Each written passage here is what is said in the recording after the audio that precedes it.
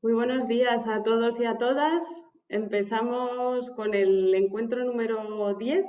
Hoy es el cuarto día de encuentros inspiradores con profesionales y en este primer encuentro de esta mañana tenemos a tres profesionales. Tenemos a Abel Rodríguez, que es psicólogo especializado en modelos cognitivos de inteligencia artificial en la startup Singularity Expert.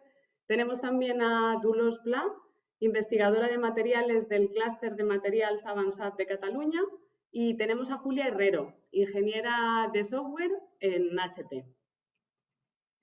Vamos a empezar la sesión con Abel, que, como os decía, combina varias disciplinas y él nos va a explicar mucho mejor en qué consiste su trabajo y en a qué se dedica su empresa. Hola, Adelante, Abel. hola, buenos días a todos y a todas. Bueno, antes que nada, Sara, muchas gracias por la oportunidad y la iniciativa, que me parece súper bonito y súper útil para todo el mundo, también para nosotros. Y nada, me voy a presentar. Yo me llamo Abel, tengo ya 35 años, yo ya soy muy mayor. Y nada, yo trabajo en Singularity Experts, que somos una empresa que nos dedicamos a la orientación académica y laboral orientada en datos, ¿vale? Utilizamos un modelo de inteligencia artificial que luego ya contaré un poco más detenidamente y me parece interesante antes que nada contaros cómo llegué hasta aquí, que ha sido un recorrido, bueno, pues bastante largo, con mis equivocaciones, que todo el mundo comete. Y así que nada, bueno, yo cuando tenía vuestra edad, más o menos cuando estaba en cuarto de la ESO, a punto de ya de escoger el bachillerato, que es ya la primera elección así bastante importante, pues yo tenía un problema o una bendición, según se mire, y es que me gustaba todo. No había nada que dijese, "Buf, esto es un horror, no lo quiero", ¿no? A mí me gustaba todo y además, más o menos, se me daba todo bien. No era el estudiante modelo tampoco, pero yo sacaba buenas notas. Se me daban bien las matemáticas, la lengua, la historia, así que bueno, y me gustaba. Me resultaba interesante, tenía motivación. Así que bueno, pues para elegir, pues ya primer problemilla, ¿no? Porque yo tampoco me ocupé bueno, ni de pedir ayuda a nadie, a ningún orientador, ni nada, ¿no? También era otra época. Y bueno, pues me metí a ciencias sociales, un poco por aquello de que tiene un mix, así un poco, tenía matemáticas que a mí me gustaban, tenía otras asignaturas que en ciencias más puras ya no estaban. Así que bueno, pues hice ciencias sociales y pasaron, bueno, un par de años de bachillerato y ya en segundo de bachiller ya empecé a tener un problema ya un poco más serio, ¿no? Porque ya a la hora ya de hacer selectividad, lo digo con total sinceridad, no tenía ni idea de qué hacer, ni idea. De nuevo, culpa mía, al fin y al cabo, porque no se pueden buscar recursos, se puede pedir ayuda para saber qué te gusta, qué se te da bien, súper importante y es una de las cosas que yo os quería transmitir, ¿no? Que lo averigüéis, sobre todo para los que no lo tenéis claro, qué se os da bien y qué os gusta, sobre todo, ¿no?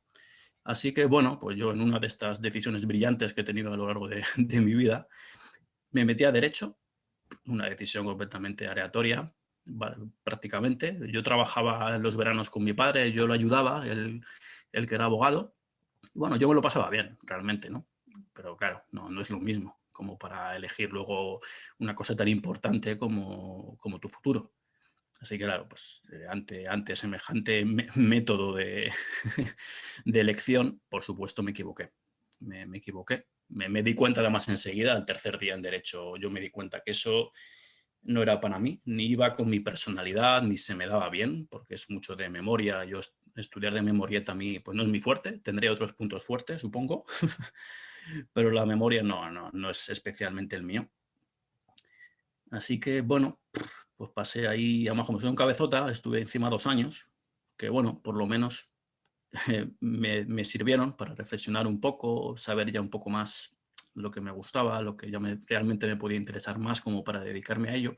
Empecé a investigar y ya di con psicología, que es lo que yo he estudiado, lo que yo estudié en su momento. y es súper encantado nada más empezar. Ya cuando ya vi las asignaturas que tenía, para mi sorpresa vi que tenía estadística, metodología, neurociencia, cosas que digo, va, esto va a ser lo mío, ¿no? Y efectivamente, en cuanto empecé, imaginaos la diferencia para mí de asignaturas como derecho civil, con todos mis respetos, que habrá gente que era magnífica, ¿no? Pero pasar de eso, ¿no? De derecho civil, derecho constitucional, que no entré en coma profundo de milagro en clase, a cosas como estadística, ya os digo, ¿no? Metodología, neurociencia, neurofisiología, cosas que a mí me encantaban y para mí era fascinante, me lo pasaba súper bien y no hay nada mejor que hacer algo que te gusta, vas con ilusión a clase.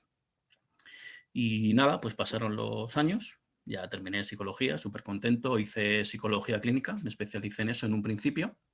Y nada, pues ya pasaron unos poquitos años. Mi primer trabajo fue de orientador laboral, curiosamente, ahí hasta que encuentras así un poco más, un poco al salir de la carrera, ¿no? Todo el mundo está así un poco a ver qué hago, tal. Ese fue mi primer trabajo y luego, bueno, después de aquello, ya lo dejé y fui compaginando un poco ya la psicología clínica, trabajo de psicólogo con entrenador de fútbol sala, que a mí el deporte siempre me gustó muchísimo. Y nada, yo como psicólogo, yo lo definiría como que es una profesión súper bonita, es fascinante y es muy agradecida. Yo diría que es un proceso en el cual ayudas a una persona a deshacer los nudos que tenga. Como metáfora puede servir y es muy bonito, pero también es duro. También hay que valer, hay que tener mucha empatía, mano izquierda, pero bueno, es buena comunicación, pero bueno, muy bonito para mí. Pero yo seguía teniendo un poco las matemáticas, la estadística, que yo os comento, ¿no? Que me gustaban muchísimo. Seguía teniendo ahí un poco en mi interior, no acababa de tener todavía lo que yo quería realmente, ¿no? Yo, bueno, en mi tiempo libre iba leyendo mucho de estas cosas, ¿no? De inteligencia artificial, big data, algoritmos de aprendizaje automático y cada vez me picaba más, ¿no? Por así decir. Y bueno, pues pasó un tiempo, iba pasando el tiempo, no me acababa de atrever a dar el paso, porque al final es un cambio, es un cambio. Y claro, hombre, a mí no era millonario, pero no me iba mal del todo. Entonces, claro, son cosas que cuestan, pero que luego merece la pena, de verdad. Si es lo que realmente queréis, lo que uno realmente quiere, merece la pena. Al final me atreví, así que hice un máster en ciencia de datos, Data Science, y maravilloso. O sea, para mí recuperé las primeras sensaciones que yo tuve cuando estudié psicología. Fue para mí increíble. Es verdad que fue durillo porque tuve que recuperar matemáticas que yo hace tiempo que no veía o que ni siquiera había visto, porque en bachiller de ciencias sociales las matemáticas no eran como a mí me habrían gustado, por bueno, exigencia y dificultad, a mí que me gustaban mucho. Pero bueno, te pones un poco las pilas y ya está. Y también es muy importante la estadística, que eso sí lo tenía gracias a psicología. Y bueno, pues muy bien, súper bien a partir de ahí.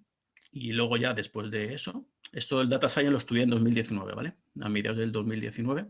Y ya en octubre, noviembre, ya es cuando empecé en Singularity Experts, que me contrataron para programar, que lo programé en Python, el algoritmo de inteligencia artificial bueno, que selecciona los empleos idóneos para una persona, que es lo que hacemos, ¿no? Una persona hace unos tests muy chulos de inteligencia, personalidad, intereses. De ahí salen, bueno, toda una serie de muchísimos datos con muchas variables y ya es cuando entra en acción la cocina de datos, como yo lo llamo. Y ahí, bueno, es cuando ya se desarrolla todo el algoritmo y ahí ya salen unos empleos para una persona y, por supuesto, la parte humana sigue siendo súper importante para la selección, esa personalización final de los empleos para cada persona. Cada persona es única, cada perfil es único, con sus particularidades y tal.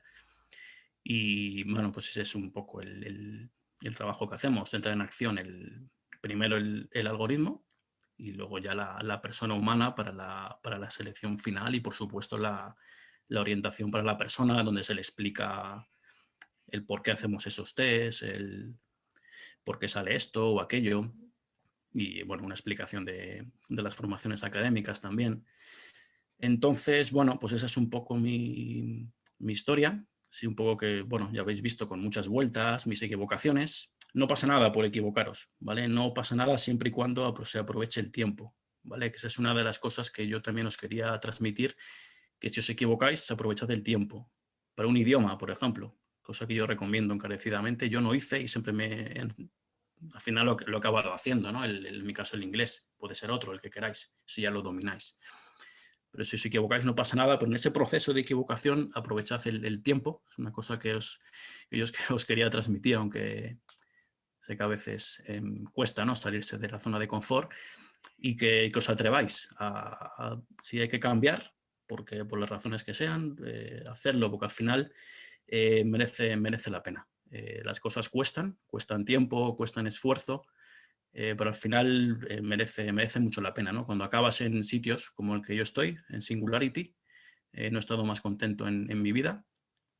Me ha costado lo mío, esfuerzo, por supuesto. Al final, claro, quien algo quiere, algo le cuesta, ¿vale? Entonces, pues bueno, esa es un poco mi historia, y yo os animaría a que averigüéis, sobre todo los que no lo tengáis del todo claro, que averigüéis qué se os da mejor y qué os gusta, en dónde os podéis sentir más cómodo. Acudid a nosotros, por ejemplo, así, lo digo así, sin... Vale, así que bueno, pues bueno, esa es mi historia. Espero no haber sido muy aburrido. Vale, muchas gracias. Muchas gracias, Abel. Aburrido para nada, al contrario, tienes uno de esos perfiles muy claros que últimamente no, ya son una realidad, los perfiles híbridos, que combináis conocimientos de distintas áreas y disciplinas. Y bueno, esto es algo que cada vez va más, porque la capa de tecnología es muy transversal y cuando el uso de la tecnología es tan intensivo, de alguna manera transforma o evoluciona una profesión. Entonces, creo que es muy interesante y muy revelador que un psicólogo, combinado con unos conocimientos y un aprendizaje en inteligencia artificial o en data science, en tu caso, bueno, pues de alguna manera se pueda dedicar a una profesión que es distinta a la que podemos tener en el imaginario. Así que muchas gracias. A vosotros. Vamos a continuar ahora bueno, cambiamos de profesión y cambiamos de ámbito. Ahora Dolors Pla, que es investigadora de materiales en el clúster de Materials Avançats de Cataluña, nos va a contar su experiencia también. Cuando quieras, Dolors. Gracias, Sara. Bueno, y gracias a la Fundación Bertelsmann por la invitación. Es un placer estar aquí. Buenos días a todos. Soy Dolors. Abel ha dicho que era viejo y tiene 35. Pues yo ya no sé qué decir porque tengo 40. Vamos a dejarlo ahí. Como bien ha dicho Sara, soy investigadora en ciencia de materiales, pero para llegar hasta aquí tenemos que remontarnos hacia atrás. Tenemos que rebobinar mucho hasta vuestra época. En eso, donde, como también decía Abel, ¿no? Viene la primera decisión. Ya no solo qué estudio o si estudio, ¿no? ¿Quiero seguir estudiando académicamente o me quiero formar más profesionalmente? ¿Qué hago? Es un momento de incertidumbre, la verdad. Yo en mi caso, también como Abel, no tenía ni idea. Tenía más claro lo que no me gustaba que lo que me gustaba. Y la verdad que había cosas que no me gustaban de ambos lados, tanto de ciencias, si quieres, de letras o de sociales. Luego, lo que hice, sin ser un poco consciente, es dejarme llevar un poco por los consejos de los que me conocían mejor, que podría ser mi familia o mis profesores, y que me dijeran, pues, mira, Dolors, esto no se te da mal. Y pues bueno, pues si no se me da mal, pues vamos a probarlo, ¿no? Y empecé así un poco el bachillerato científico. Y a partir de ahí, no sé si influencia de series que seguramente vosotros ya no conocéis, pero en su momento había un hospital central, que puede ser ahora, hay versiones más del siglo XXI, siempre se modernizan, pero siempre hay de los médicos. Dije, yo quiero ser médico, porque hay la ciencia, pero hay la parte humana. Lo tenía clarísimo, yo quería ser médico. Y con este objetivo, pues me empecé a estudiar, a dedicar para poder entrar en medicina. Entré en medicina y en el primer año me di cuenta, pues, que mi cabeza no sirve para ser médico, que desafortunadamente soy malísima memorizando. Yo me acuerdo intentando aprenderme todos los nombres de los huesos, los huequecitos que tiene cada uno de los huesos, que en el nombre del investigador que lo descubrió, una tortura. O sea, yo me inventaba canciones para intentar aprender todo lo que tenía que aprender en medicina. Y dije, bueno, pero si eso durara unos 3 años, a lo mejor vale la pena, pero es que la carrera de medicina es de las largas. ¿Qué voy a hacer? Voy a ser una médico amargada. No puedo, no puedo continuar. Pues, ¿qué hago? Y luego ya con mi incertidumbre absoluta, yo dije, o hago comunicación audiovisual o físicas. Y mis padres me dijeron, chica, siéntate un momento, porque claro, querías hacer medicina, no has hecho medicina, ahora me dices o comunicación audiovisual o física, y otra vez me dejé guiar un poco y me dicen, ¿por qué no haces química? ¿No? Que es un intermedio, sigue siendo científico, que se te da bien, y hay la parte, si quieres, de biomédica, que podrías entrar a través de la química. Digo, pues bueno, pues otra vez, ¿no? Vamos a probarlo. Y la verdad es que hice la carrera, sin más, fue una experiencia en la universidad. Tampoco lo recuerdo como ni un trauma ni un gran disfrute. Lo que sí para mí fue un punto de inflexión muy importante es que ya cuando casi estaba en el último año hice un Erasmus y me fui a Toulouse. Y ahí fue un punto de inflexión muy importante, ya no tanto académicamente, que también, sino también de forma personal. Yo vengo de un pueblo muy pequeño, donde todos nos conocemos, donde somos los amigos de siempre, y realmente para mí eso fue sacarme de la raíz. De hecho, yo recuerdo ir con el autobús hacia Toulouse llorando todo el rato, y llegando a Toulouse y el chofer decirme, si quieres me vuelvo dentro de 1 hora.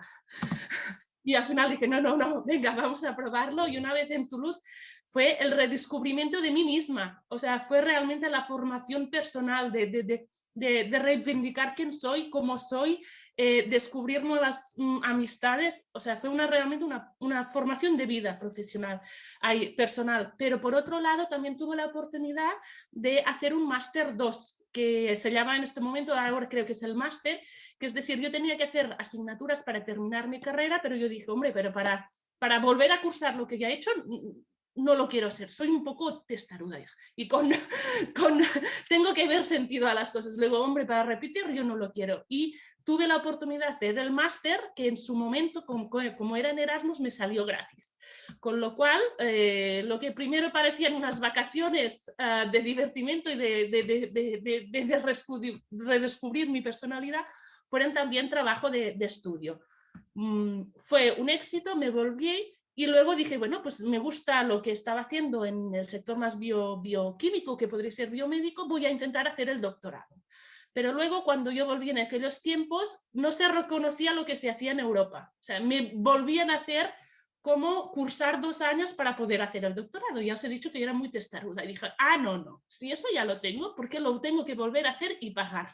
Así que dije, bueno, pues nada, voy a intentar hacer el doctorado industrial, que ahora a muchos de vosotros os puede sonar, pero en aquel momento no existía. Contacté con un profesor de universidad y le propuse de poder hacer un doctorado con alguna empresa. La idea le cuajó y empecé a buscar. Pero estábamos en crisis y todo el mundo me decía que no era el momento. Luego, mientras tanto, yo quería trabajar, quería intentar ser autónoma financieramente, por tanto empecé a trabajar de millones de trabajos que nos podéis imaginar, desde peón cárnico, desde peón validando lo que es las bombillas, desde en un almacén para supermercados, pues guardando pues, alimentos o vestidos o bueno, un poco de todo. Luego ya sí administrativa y al final me salió ser técnica en un laboratorio de bombas y válvulas para perfumes. Lo que el típico, pues esos son bombas o válvulas y estaba ahí como técnico de calidad en sustitución de una maternidad. No era apasionante y dijo, ¿yo qué hago aquí?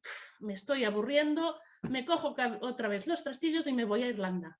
Me fui a Dublín y para poder aprender el idioma, pero también quería eso, siempre tenía un poco entre ceja y ceja ser autónoma financieramente. Con lo cual busqué cómo podía desde aquí encontrar trabajo en Dublín y encontré un trabajo en la Henkel. Y eso ya es, hombre, la Henkel, esto debe ser el primer nombre que os suena a todos, ¿no? O espero que suene, o al menos en mi momento aquello es, hombre, esto ya es una empresa importante. Ahí estuve 1 año, la verdad que también me lo pasé muy bien, descubrí que se podía conocer gente viajando sola, realmente también fue muy enriquecedor y cuando estaba ahí me dieron una beca Leonardo da Vinci para irme a Malta. Ya veis que, que mi trayectoria es un poco de pa' aquí para allá. Y en Malta estuve en la Malta Standards Authority, que es como una entidad que tienen todos los gobiernos, que lo que hacen es, desde la Unión Europea, pues se dicen unos reglamentos que hay que cumplir, pero luego cada país tiene que transponerlos de acuerdo a la legislación de este país. Pues un poco aprendí eso. Y después de tanto viajar, ya sí que me dije, bueno, lo del doctorado se ve que no va a poder ser, está todo en crisis y me dicen que nada, pues me vuelvo a casa. Y ahí sí que volví en mi lugar de siempre, en casa, trabajando de consultora en proyectos de I+D y de energía. Y pues estuvo bien, lo que pasa es que la experiencia con aquella empresa familiar pues no me gustaba el ambiente, era muy cerrado, no promocionaba la colaboración en equipo, y volvió otra vez lo del doctorado. Y volví a insistir hasta que llegó el momento y el lugar oportuno, con la persona oportuna. Había el Institut de Recerca d'Energia de Catalunya, diré, que se acababa de formar en Barcelona, y había uno de los grupos que trabaja en pilas de combustible y nanoiónica, pues que también se está creando, y que lo lidera Albert Tarancón. Y Albert es, bueno, yo siempre digo que es mi mentor. Bueno, es un tipo abierto y que le gusta explorar, y también tengo que deciros, me eligió, pero porque había descartado dos, o sea, porque el que tenía se fue y el segundo que había elegido, pues le dijo al final que no, yo era la tercera opción, pero aparecí allí, y la verdad es que fue un éxito rotundo, o sea, tanto para él como para mí, o sea, aprendimos un montón haciendo ciencia. Yo con pocos años he hecho un currículum científico igual o mucho mejor de los que han hecho la trayectoria habitual de universidad, doctorado, y desde ahí luego me fui a Francia para continuar toda la investigación. Por motivos personales, de Francia, Grenoble, que continué con la investigación en materiales, me volví aquí, básicamente porque nació mi hijo, y cuando se tienen hijos todo cambia, eso llegará a todo el mundo. Y una vez aquí sí que ya empieza el segundo volumen de mi carrera profesional, que es para otro día. Pues eso es un poco todo. No sé si he ido muy rápido, voy bien de tiempo. Aún me queda tiempo, no lo sé, ¿eh, Sara?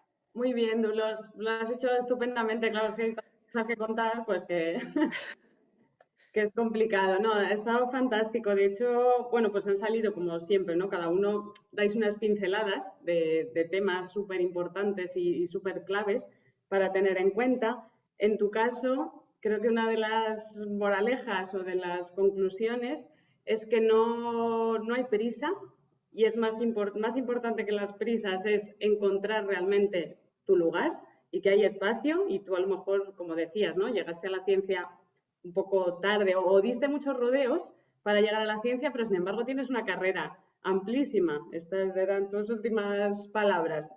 Y luego, por otro lado, también, bueno, como a veces podemos idealizar las profesiones, o cómo las profesiones se pueden convertir en una moda porque haya una serie o una película o X. Esto es muy importante. Los que estáis al otro lado de la pantalla también, hay profesiones que son muy atractivas y muy chulas, pero lo importante es saber en qué consiste el día a día, no solo lo que nos imaginamos. En mi caso fue la serie de periodistas, también me marcó bastante, pero eso también es para otro capítulo. Muchas gracias, Dolores. A vosotros. Bueno, pues la última experiencia de este encuentro nos la va a contar Julia Herrero, que es ingeniera de software en HP. Pues Julia, cuando quieras. Gracias, Sara, y gracias a la Fundación por esta iniciativa y por invitarme. Y bueno, buenos días a todos.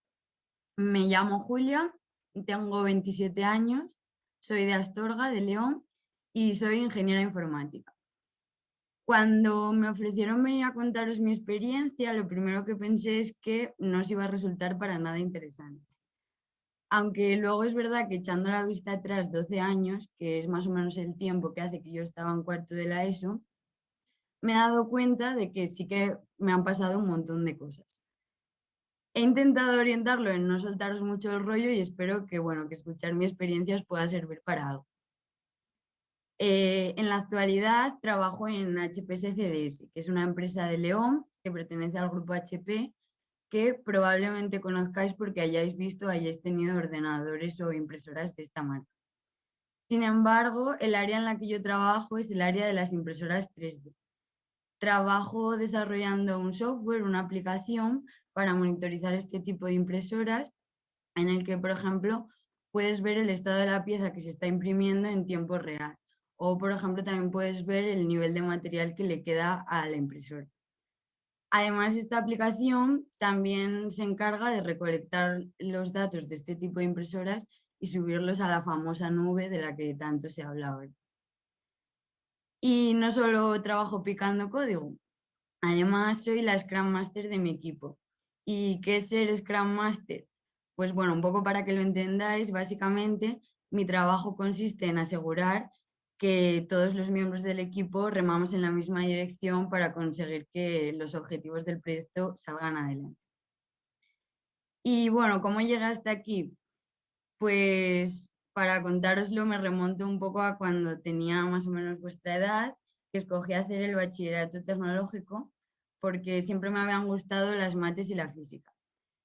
En primero de bachiller cogí la asignatura de dibujo técnico y enseguida vi que mi capacidad visual espacial era básicamente nula. Entonces, en segundo de bachiller, aunque en primero al final conseguí aprobar esta asignatura, decidí cambiarme a otra que se llamaba algo así como procesos industriales. Entonces, como tenía claro que quería hacer una ingeniería, pero ya había visto que lo del dibujo técnico no era lo mío, opté por escoger una ingeniería que no tuviese dibujo técnico. Y esto, y que mi tío, que era alguien a quien admiraba, era ingeniero informático, pues me animaron al final a escoger hacer ingeniería informática. Pero bueno, no os voy a mentir, cuando empecé la carrera no tenía ni idea de ordenadores. Entonces me fui a Salamanca en 2011 y empecé allí ingeniería informática. Que aunque la carrera la había en León también, decidí irme y probar qué era eso de independizarme más de mis padres y estar un poco más lejos de ellos, que es algo que definitivamente os recomiendo. Me acuerdo perfectamente del primer día de carrera, que aunque me lo habían advertido, llegué a la facultad y me sorprendió que en clase éramos solo 3 chicas de unas 100 personas.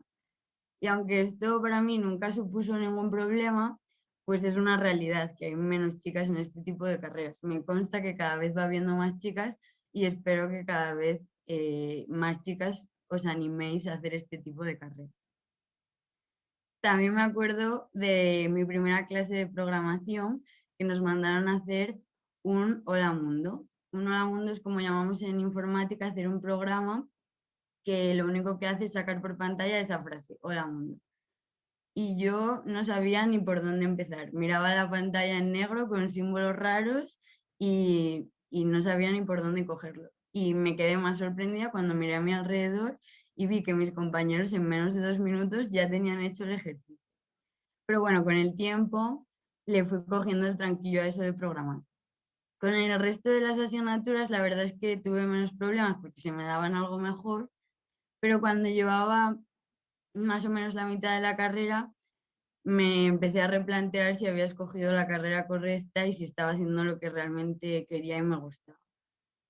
Entonces decidí hablar con mis padres y contarles esta situación de que no me gustaba la carrera, pero que tampoco sabía de otra que me gustase más.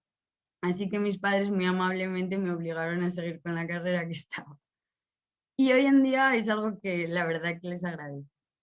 Así que nada, seguí. Y el año siguiente me fui de Erasmus. Me fui a Inglaterra y allí, pues, ¿qué decir del Erasmus? Pasé uno de los mejores años de mi vida. Aprendí, por ejemplo, cómo se enseñaba en otros países, que no diré si es mejor o peor, pero desde luego es muy diferente porque es mucho más práctico. Viajé muchísimo, conocí a muchísima gente de diferentes maneras de pensar, culturas de diferentes países y esto la verdad pues que te abre la mente y que es una experiencia que recomiendo totalmente. Y sin lugar a duda, a mí en ese momento era lo que me hacía falta para motivarme y coger fuerzas para el último año que me quedaba de carrera. Entonces, el último año, pues volví a Salamanca y en ese punto de mi vida ya tenía claro que mi objetivo era sacarme el título y luego pues ya vería si hacía un máster, si estudiaba otra carrera o ya se vería. Inesperadamente, ese mismo año entré en un programa para hacer el trabajo de fin de grado con HPS-CDS, que es la empresa en la que estoy ahora. Y antes incluso de presentar el trabajo, me contrataron y empecé a trabajar con ellos. Empecé a trabajar en junio y para mí fue un choque de realidad, porque para empezar me di cuenta de que había puentes en verano, porque hasta ese momento para mí de junio a septiembre siempre habían sido vacaciones. Y me acuerdo también perfectamente del primer día que llegué a la empresa, que aunque casi tenía la carrera, mi impresión es que no tenía ni idea de hacer absolutamente nada de lo que me pedía. Y es que para mí es un poco así, la carrera no te enseña a trabajar, para mí a trabajar se aprende trabajando. Pero la carrera lo que sí que te da es la base técnica para que puedas resolver cualquier problema que se te presente a lo largo de tu vida laboral. Con lo que, bueno, al final, aunque al principio fue un poco duro, me adapté. Y nada, la empresa, no entré en el proyecto en el que estoy ahora, entré en otro proyecto en el que programaba en otra tecnología diferente y hacía algo bastante diferente a lo que hago ahora. Estaba más relacionado con el mundo de las impresoras de gran formato, que son unas impresoras bastante más grandes a las que estaréis acostumbrados a ver, que sirven, por ejemplo, para imprimir cartelería. Y bueno, aunque aprendí mucho ese año, enseguida me di cuenta de que lo que estaba haciendo en ese proyecto no me gustaba y no me motivaba y necesitaba un cambio. Y bueno, lo bueno de este campo, de este sector y de pertenecer a una empresa tan grande como en la que estoy, pues es que dentro hay muchas más opciones. Entonces decidí interesarme por otros proyectos y fue entonces cuando me interesé por el proyecto en el que estoy ahora, de las impresoras 3D, y empecé a trabajar con ellos. Y cuando empecé, pues una vez más también me arrepentí porque supuso empezar de cero, otro reto, una tecnología nueva y básicamente me pasó lo mismo que me ha pasado, que ya os he contado, que al final me adapté. Y hoy en día he descubierto campos que me interesan muchísimo. Cuando ya llevaba unos años en este proyecto, vi que no tenía ni idea de cómo se gestionaban las empresas en general. Por ejemplo, vi que el 3D, o sea, HP a nivel global estaba investigando cómo era el negocio de 3D y cómo hacerse un hueco en el mercado. Y yo veía que esto me interesaba mucho, pero que no tenía conocimiento. Entonces esto, entre otras cosas, me llevó a querer estudiar un MBA, que es un máster en Dirección y Administración de Empresas, que me ayudó a aprender muchísimo pues, sobre marketing, recursos humanos, innovación y otras muchas cosas. Por ejemplo, desde que acabé el máster, ayudo a mis padres, que ambos tienen un comercio, en llevar las redes sociales de sus negocios. Y el trabajo de fin de máster lo hice sobre cómo a través de diferentes metodologías hacer que en la empresa en la que estoy los empleados se sintiesen más contentos y más satisfechos de pertenecer a ella. Y además así hacer que futuros empleados quisieran venir a trabajar con nosotros. Y es que una de las lecciones que me enseñó este máster es que el activo más valioso de las empresas son las personas y las empresas deberían, en mi opinión, trabajar en tener a sus empleados motivados y contentos. Y es que es un poco en parte lo que más me gusta a mí de la mía, las personas con las que trabajo, el espíritu que hay de mejorar, de innovar, de trabajar en equipo. Y como consejo, si en el futuro estáis en una empresa en la que miráis alrededor y veis que no estáis con personas con las que os sintáis a gusto y a las que admiréis, pues simplemente huid. Y bueno, esto es un poco donde me encuentro ahora mismo y espero que esto que os he contado sea solo el principio de una carrera y que si dentro de 10 años me vuelven a invitar, pues tenga muchas más cosas que contaros. Y para terminar, pues os animo a que si os gusta, hagáis una carrera que esté relacionada con la ciencia y la tecnología. Principalmente porque está en todos los sectores y también porque, como habéis visto con mi experiencia, pues tiene un sinfín de posibilidades y laborales y que seguro que encontráis pues la que más se adapte a vosotros y a lo que estéis buscando. Y bueno, esto ha sido todo por mi parte. Muchas gracias por vuestra atención. Pues muchísimas gracias, Julia. me alegro de que hayas hecho ese viaje hacia atrás porque, bueno, sin duda, has contado cosas súper interesantes y muy útiles también. Porque de cómo empezaba tu relato a cuál fue tu estrategia para elegir en su momento, que era, bueno, voy a descartar lo que no se me da bien o lo que creo que no me gusta, a cómo termina, que tu estrategia es otra completamente, es ya sé lo que me gusta y entonces voy hacia ese camino. Bueno, tu llamamiento también a esos estudios de la tecnología, sin duda, para las chicas, ese atrevimiento, ¿no? A lo mejor no es lo habitual, pero sin duda hay un campo a explorar por chicas y mujeres y para los chicos también, a quienes tengan esa inquietud y, bueno, muchísimas gracias. Ahora nos vamos a juntar, aunque sea virtualmente los cuatro, y os voy a trasladar preguntas que nos han llegado de los alumnos. Os voy a lanzar algunas preguntas específicas a cada uno de vosotros y después algunas generales para que podáis conversar tranquilamente. Abel, por empezar por el mismo orden. Abel, ¿en qué consiste la carrera o el máster o la formación en Data Science exactamente? Vale, ¿en qué consiste? Bien, Data Science se trata de elaborar modelos con datos, siempre con datos los que sean, son modelos de clasificación o de predicción, ¿no? Pongo un ejemplo así, aunque sea un poco tonto, pero es un ejemplo sencillo. Pongamos que una tienda recopila un montón de datos de clientes, cosas que compran, horarios, bueno, todo lo que se os ocurra. Todo eso lo metes tienes que saber de estadística, claro, organizas todos los datos, limpias lo que no te haga falta, te quedas con las variables que son relevantes para predecir en este caso que, como es una tienda, quiere predecir qué es lo que más va a vender o en qué horarios, eso ya depende un poco del objetivo. Y bueno, pues sería un poco eso. Hace falta conocimientos de estadística, súper importante, y un poquito de matemáticas y de programación también. Eso es una cosa que no he mencionado antes, una cosa que yo siempre quise también y que ya aproveché en Data Science, que saber programar. Fundamentalmente Python o R, da igual. Al final lo que importa es que se cumpla el objetivo. No sé si he respondido a la pregunta de una manera lo más sencilla posible para que se entienda. Sí, sí, clarísimo. O hay que tener o mucho interés o una base de conocimientos en algunos de estos temas, ¿no? Sí, exacto.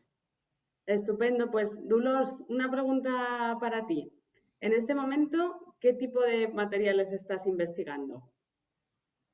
En este momento estamos investigando lo que se llama materiales de capa delgada, es decir, capas que son de la escala nanométrica. Vamos a decir los milímetros, pues dividido por 1.000.000, para que os hagáis una idea. Y lo que estudiamos es la funcionalidad de estos materiales para poder desarrollar dispositivos alternativos, por ejemplo, a las baterías del móvil, que puedan ofrecer más energía, que tengan más durabilidad, o todo el tema del vehículo eléctrico, ¿no? Hay tanto las baterías como las pilas de combustible necesitan de nuevos materiales, pues este tipo de materiales son los que estamos investigando. No sé si ha quedado claro. Bueno, yo todavía estoy calculando los millones divididos, pero... Muy pequeño, muy pequeño. Muy bien, pues muchas gracias.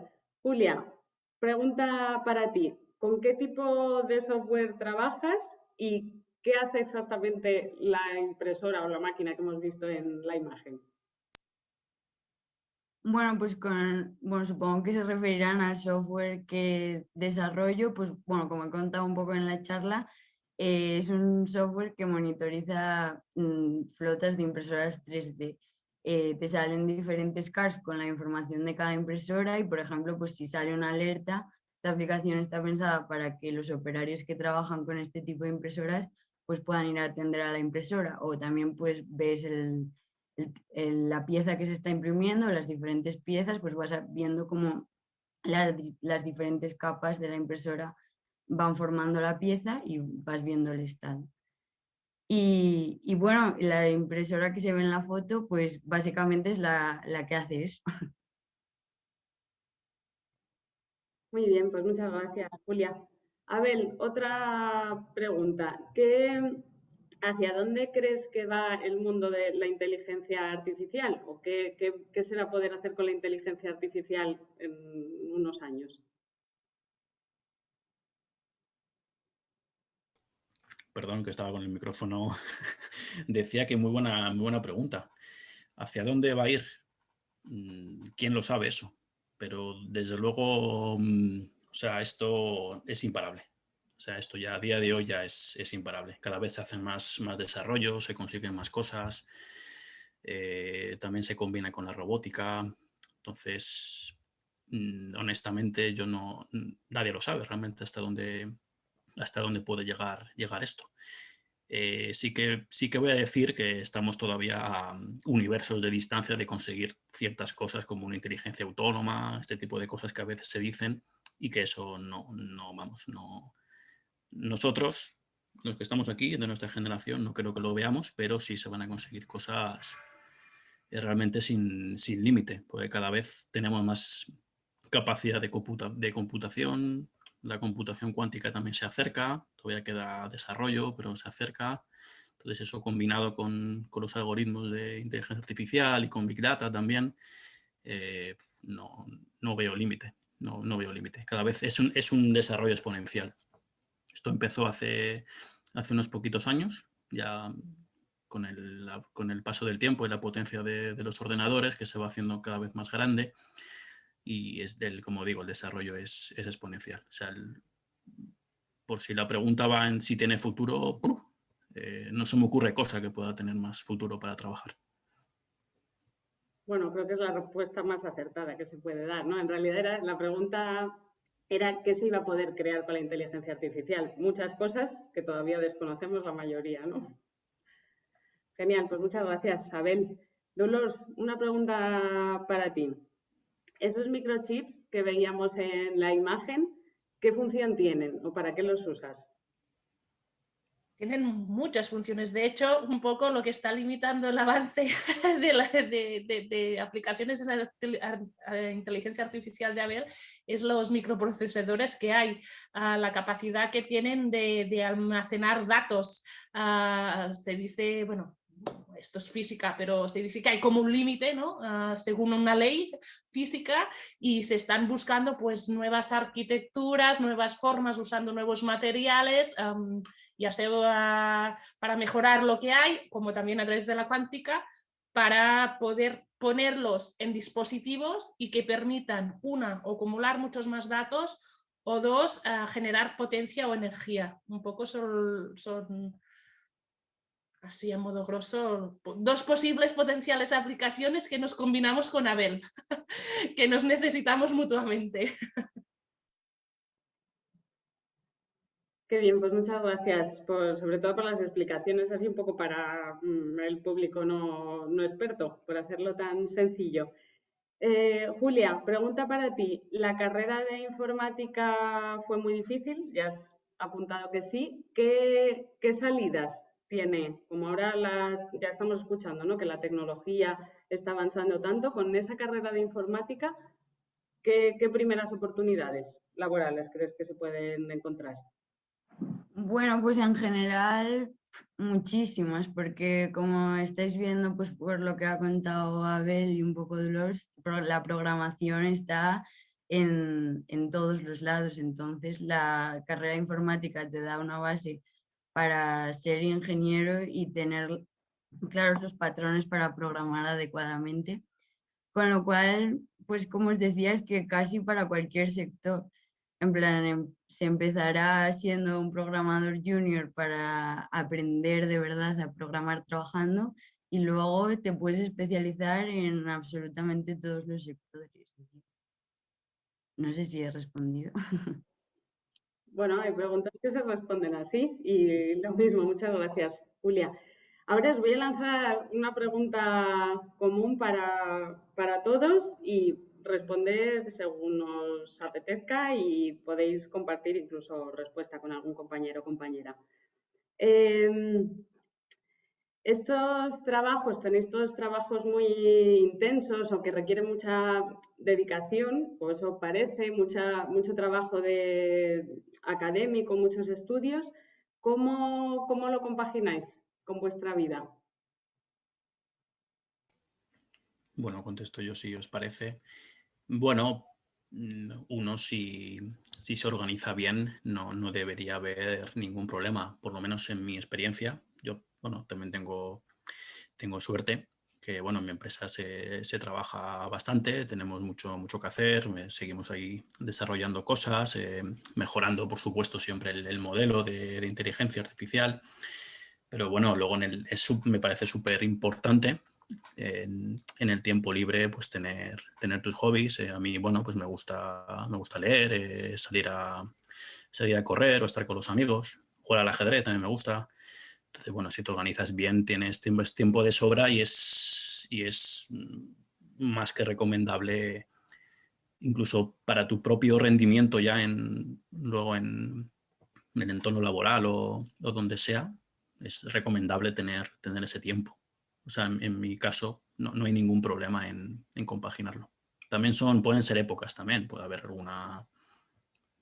épocas en la vida o en una empresa en particular en la que por lo que sea, pues bueno, hay un pico de trabajo, no pasa nada. Pero bueno, en general, pues hay tiempo para hacer lo que os guste. También existen los fines de semana. Entonces, no días de fiesta. ¿Vale? Bueno, pues en mi caso, lo que os voy a decir, no sé si, si os va a entusiasmar o no, pero la verdad es que cuando un trabajo es una pasión, porque el hecho de ser investigar materiales es como entender el porqué de las cosas, ¿no? Un poco en un ámbito concreto, en mi ámbito es el de los materiales, entender por qué funcionan así o cómo pueden mejorarlos. Luego casi se deviene una pasión y realmente desconectar, cerrar el chip, pues a veces cuesta, porque cuando es una pasión es como cuando estás enamorado, ¿no? ¿Cómo puedes dejar de pensar en ello? Pero es verdad que uno aprende con los años, uno también ve cuando cuando esta pasión o este enamoramiento, ni que sea a nivel, en mi caso, científico, pues también, como pasa también en la vida real, pues tiene su suflé, pero luego también baja un poco y luego sí que empiezas a ver pues que hay tiempo para otras cosas y que es cuestión de compaginar, de encontrar el equilibrio que te da bienestar a tú mismo. O sea, yo sí lo que recomiendo es que cada uno somos un mundo, cada uno somos muy distintos, cada uno nos conocemos y un poco es buscar este equilibrio que te dé esta tranquilidad para poder compaginar tu vida personal, ya con los amigos, la familia, con tu profesión, y habrá quien necesita más, habrá quien necesita menos y también son épocas, un poco lo que decía Abel. Sí, yo también quería decir que, bueno, con la situación que estamos viviendo ahora, que por ejemplo yo ya llevo un año teletrabajando, pues para mí es muy importante aprender a desconectar del trabajo, que aunque sea algo que me guste, pues necesito cambiar el chip y mirar las cosas siempre desde otra perspectiva. Y, y la verdad es que se lleva muy bien la vida laboral. En la empresa tengo la suerte de tener horario flexible además, entonces pues siempre tengo bastante tiempo para dedicarle a mis hobbies, a mi familia y a mis amigos. Muy bien, pues muchas gracias. Esta pregunta me lleva a otra que, como además cada uno trabajáis en un entorno laboral muy distinto, ¿nos podéis contar en poquitas palabras qué características o qué significa o qué implica trabajar en una startup, en un clúster y en una empresa? Empezamos, si queréis, por este orden. Abel, ¿qué significa o qué diferencias hay entre trabajar en una startup y una empresa más convencional? Bueno, en mi caso, claro, como yo en una empresa convencional nunca he llegado a estar. Entonces, realmente, en comparación, yo en mi experiencia, yo no podría decir, ¿no? Pero bueno, voy a contestar lo que es estar en una startup, o por lo menos en la que yo trabajo.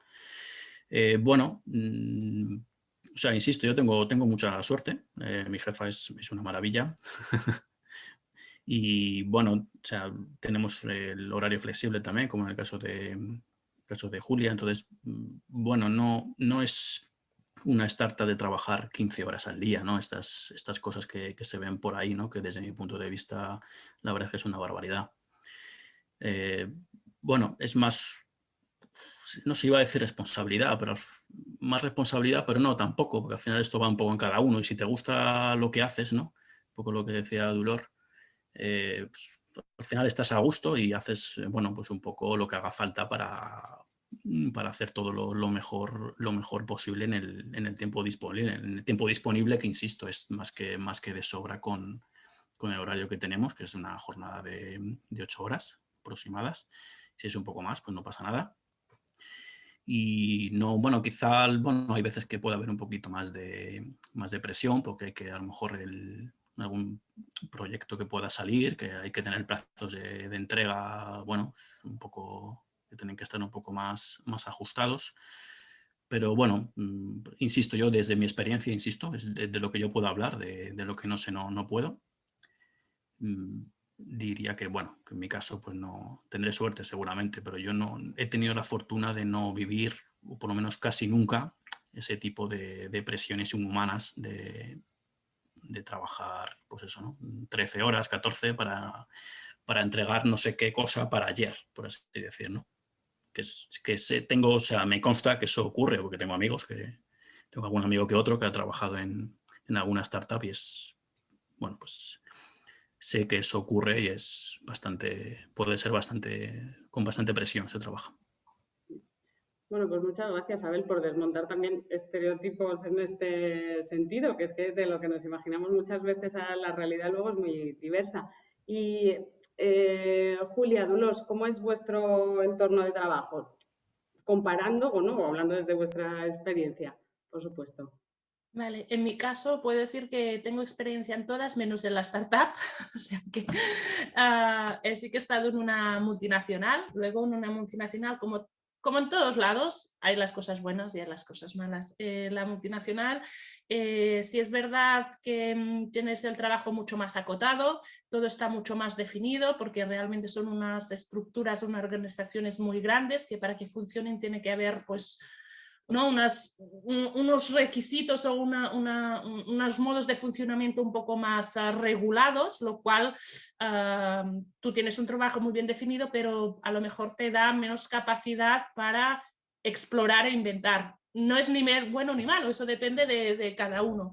Lo que es una empresa familiar, pues ahí tienes mucho más contacto con todos los departamentos, ¿no? Puedes ver un poco más cómo funciona todo lo que es la empresa, puedes ver también lo que son los drapos sucios también se ven mucho más claramente que en una multinacional, básicamente porque están mucho menos estratificados. Y lo que es en un centro de investigación, en un laboratorio, os diría que, claro, depende de cada grupo, pero lo que os puedo decir en mi caso es que básicamente es colaboración, o sea, a colaboración para compartir conocimiento, para ir avanzando y es casi que llega a ser muy personal, o sea, que muchas veces no dicen, no, lo profesional y lo personal se tiene que mezclar, pues que casi llega a ser como una familia, ¿no? Porque es muy pasional. Y en el caso del clúster, finalmente es un poco, no sé si sería como una startup, pero en el caso del clúster ahí que soy la responsable es un poco haz de todo. ¿No? Cuando se está en una startup a veces uno tiene los roles muy bien definidos, pero cuando hay presión o hay una punta de trabajo, aquí hay que remar todo el mundo, ¿no? No sé si a ver lo podrás corroborar o no, pero pues en el clúster es un poco similar. Y bueno, yo en realidad solo he estado en una empresa, además en una solo, y no sé, igual mi respuesta es basada más en estereotipos, pero casi diría que la diferencia un poco es la estabilidad que te da pues, pertenecer a una empresa que no depende tanto de si el proyecto en el que estás trabajando sale al final bien o sale mal, sino que tienes la estabilidad de que perteneces a la empresa. Pero bueno, mucho más no puedo decir porque no he tenido la oportunidad de trabajar ni en un clúster ni en una startup. Pues muchas gracias. Bueno, Julia, ya sabemos lo que puede ser. Tenemos todos más información de qué es un clúster, una startup Sí. y otro tipo de entorno. O sea que esto nos viene muy bien a todos, en realidad. Y bueno, otra pregunta para todos. Aparte de los conocimientos, que ya nos habéis contado un poco qué se requiere para desempeñar vuestros trabajos, a nivel de habilidades y competencias, un par de competencias o de habilidades que consideréis importantes, y si habéis tenido, las teníais de alguna manera, eran innatas o las teníais un poco dentro, o habéis tenido que, o las habéis desarrollado con el tiempo para aplicar a vuestra profesión. Bueno, me animo, ya que así vamos por orden. Es muy buena pregunta esa.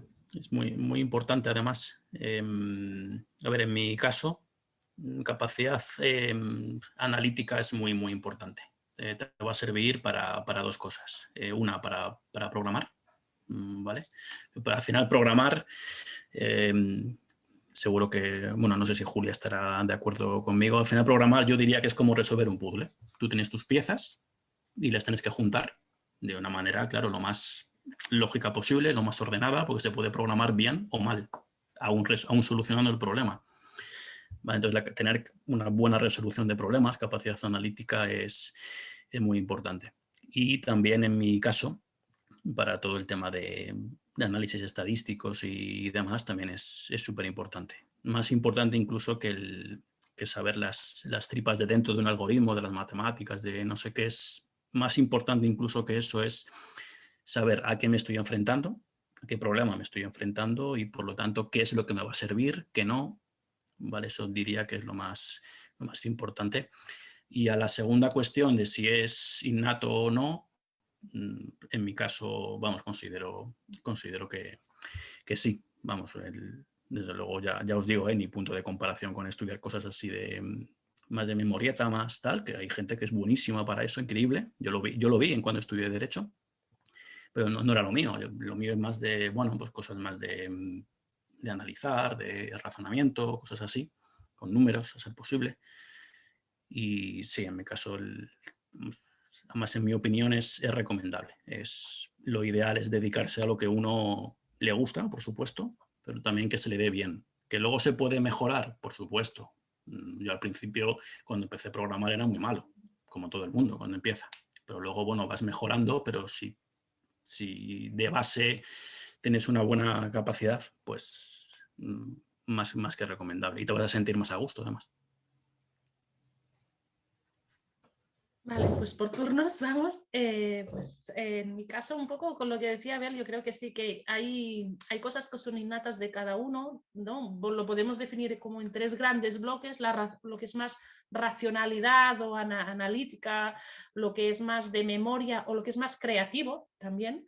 Hay la parte de que gente que pues innatamente tiene más creatividad que otra, pero no somos 100% nada, o sea, no somos 100% racionales, no tenemos cero de memoria, siempre somos una combinación, es verdad que hay algo que se nos da mejor que otras cosas, y en mi caso os diré que fue tan importante la formación académica como la formación que recibí de las experiencias laborales o de emprendimiento cuando me fui a Dublín o cuando me fui a Francia, personales, porque uno tiene que, cuando estás en muchos entornos, tienes que ver que tienes que tener mucho respeto, ser empático, estar abierto a aprender, siempre pensar que puedes aprender de los demás, y eso pues se gana con el tiempo y se gana con la experiencia, ¿no? Antes, si me decían algo, pues yo ya casi respondía antes de que me preguntaran, pues con los años uno empieza a ser más reflexivo o le intenta ser más reflexivo,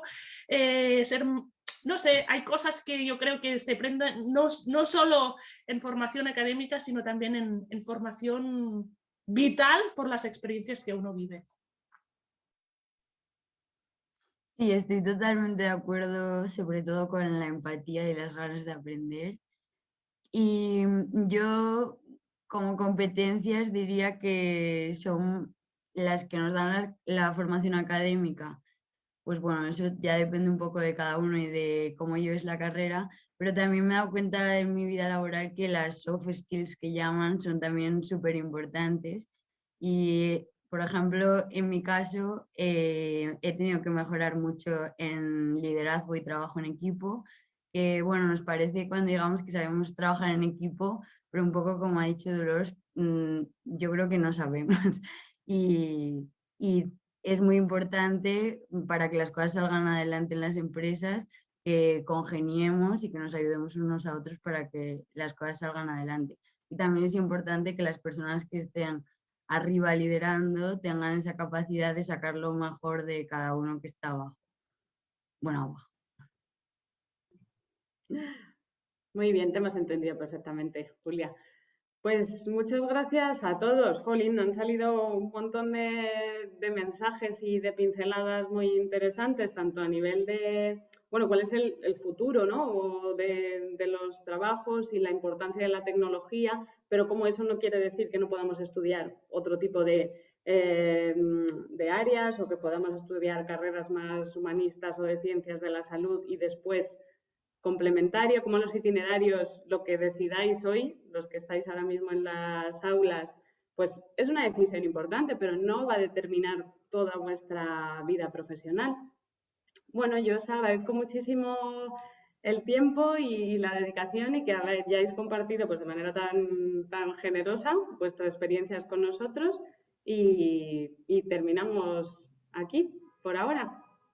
Muchas gracias. Muchas gracias. Muchas gracias. Muchísimas.